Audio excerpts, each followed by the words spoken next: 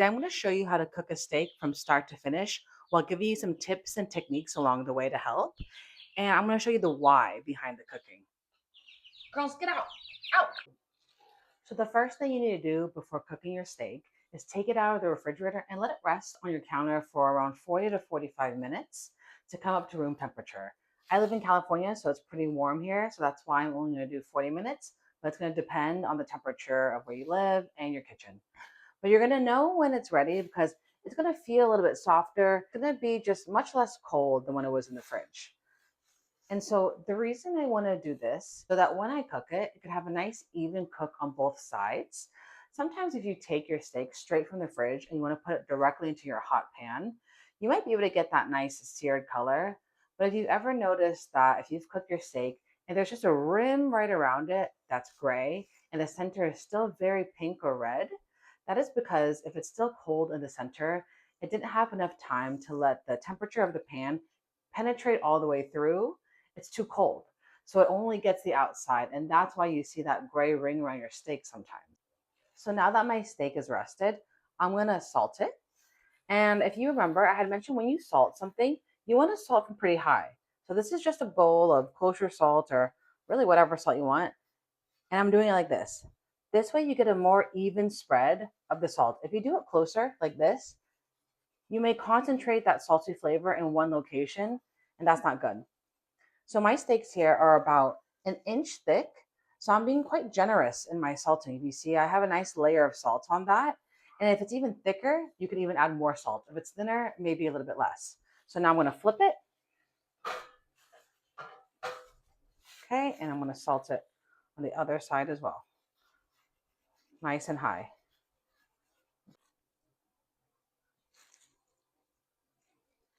Now I'm going to leave this for about 10 minutes or so. That salt is going to extract that moisture from the steak. And then before I cook, I'm going to pat dry it. And I'll tell you why soon. So it's been about 10 minutes since I've salted my steak. And you could see now that some of the moisture from inside the steak starts to come up and it pulls up at the top now. And that's happening on both of my steaks. And I'm about to pat dry that. And the reason I want to pat dry my meats and especially a steak before I sear it is because that's essentially just a layer of water. So if you put that steak in while it's still wet and you haven't pat dried it, it hits the water first. It's essentially going to be steaming that water. It's going to prevent you from getting that nice Maillard reaction. And Maillard reaction is that nice browning and that nice sear on your meats because it has to work double as hard to steam away that water first before getting to your steak. And you may not even achieve the sear after that point. So that's why I'm going to pat dry very well all of my meats before I give it a nice sear. Just like this. I just take a paper towel, just like this. Nothing special. And I'm going to do that on both sides and all around. I'll flip it and do it on the other side as well. You see it's very wet over here too. I'm going to go ahead and just pat dry that. So today I'm using a steak, a top sirloin steak from Garrett Farms, but you could use anything. This will apply to any kind of steak you want to make on the pan. So always before I start cooking, I want to make sure I have all my ingredients and tools and supplies I need. So I'm not running around and leaving something to burn or unattended while I'm searching for it. So I have my steaks right here. I have some tongs. I have my meat weight right here. And here I have that, again, beef tallow I made a few weeks ago. And I'm using this beef tallow instead of an olive oil or butter because it has a high smoke point, and this is also going to add more flavor. I'm going to go ahead and put my beef tallow directly into my pan now. I'm going to make sure it's all the way melted and becomes a little bit smoky before I put the meat in. So now that it's smoky, you see that right there? I'm going to go ahead and gently lay my meat all the way down and being careful of it not splattering over me. So I'm going to press that down a little bit, and then I want to put the meat weight right on it, and I'm just going to leave it be. And again, I know as a home cook, sometimes it's tempting to want to keep checking your meat or flipping it. But right now, because there's still a little bit of moisture there, you want that to cook off. If you're trying to check it while there's still some moisture and it's not fully seared, it's going to just kind of stick to the pan and you're going to ruin your product. So I'm going to be patient and I'm going to leave it and I'm going to trust the process. And when the steak is ready to be flipped, it will easily let loose. All right, so I haven't touched my meat. Now I'm going to take it off to check the sear on it. I'm going to go ahead and gently flip it over. And that's exactly what I'm looking for. You see how it's a nice even sear throughout the entire surface? That's perfect. I'm going to put my weight back on and wait again. To reiterate the reason I use a meat weight, it's to get the entire meat to cook evenly. And so there's a point of contact from the meat to the pan throughout the entire time of the cooking process.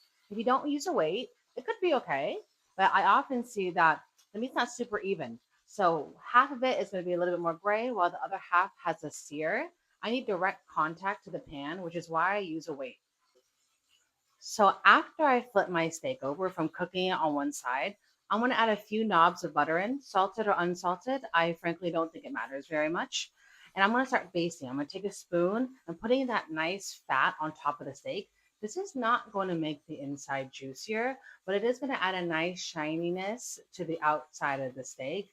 It's going to make it really pretty and it's going to give it a nice butter flavor. And this is especially good if you're using garlic or rosemary, things that that fatty butter is going to absorb and then put back onto the steak using that method. I want to put a generous amount of butter into the pan and wait for it to melt in order to start basting. And once it's melted, I want to pull the pan towards me at a slight angle and start basting my meat. I do this so all of that butter pulls towards me so it's a little bit easier. Feel free to do this at your own pace. You don't need to do it fast. Doing it slow is perfectly okay too, because you don't want to burn yourself with any of the splatters of this. So just keep going while you're cooking. So now the meat has been cooking for about a couple minutes on both sides. It's a nice sear on both. And if your meat has a fat cap or like fat on the side like that, you can go ahead and just take some tongs, put it upright, and sear it as well, just for a little bit, just to render that fat down so you don't get a mouthful of a bunch of fat, just like that. Now I'm just going to use my tongs to take it out and let it rest. Remember the importance I mentioned about letting your meat rest?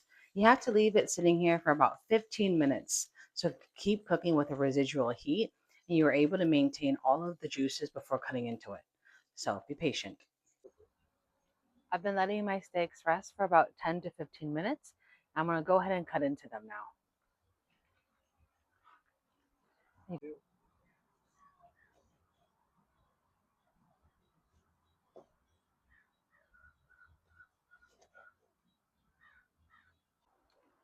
All right, so I've cut it. And here's a close up example of one of the slices.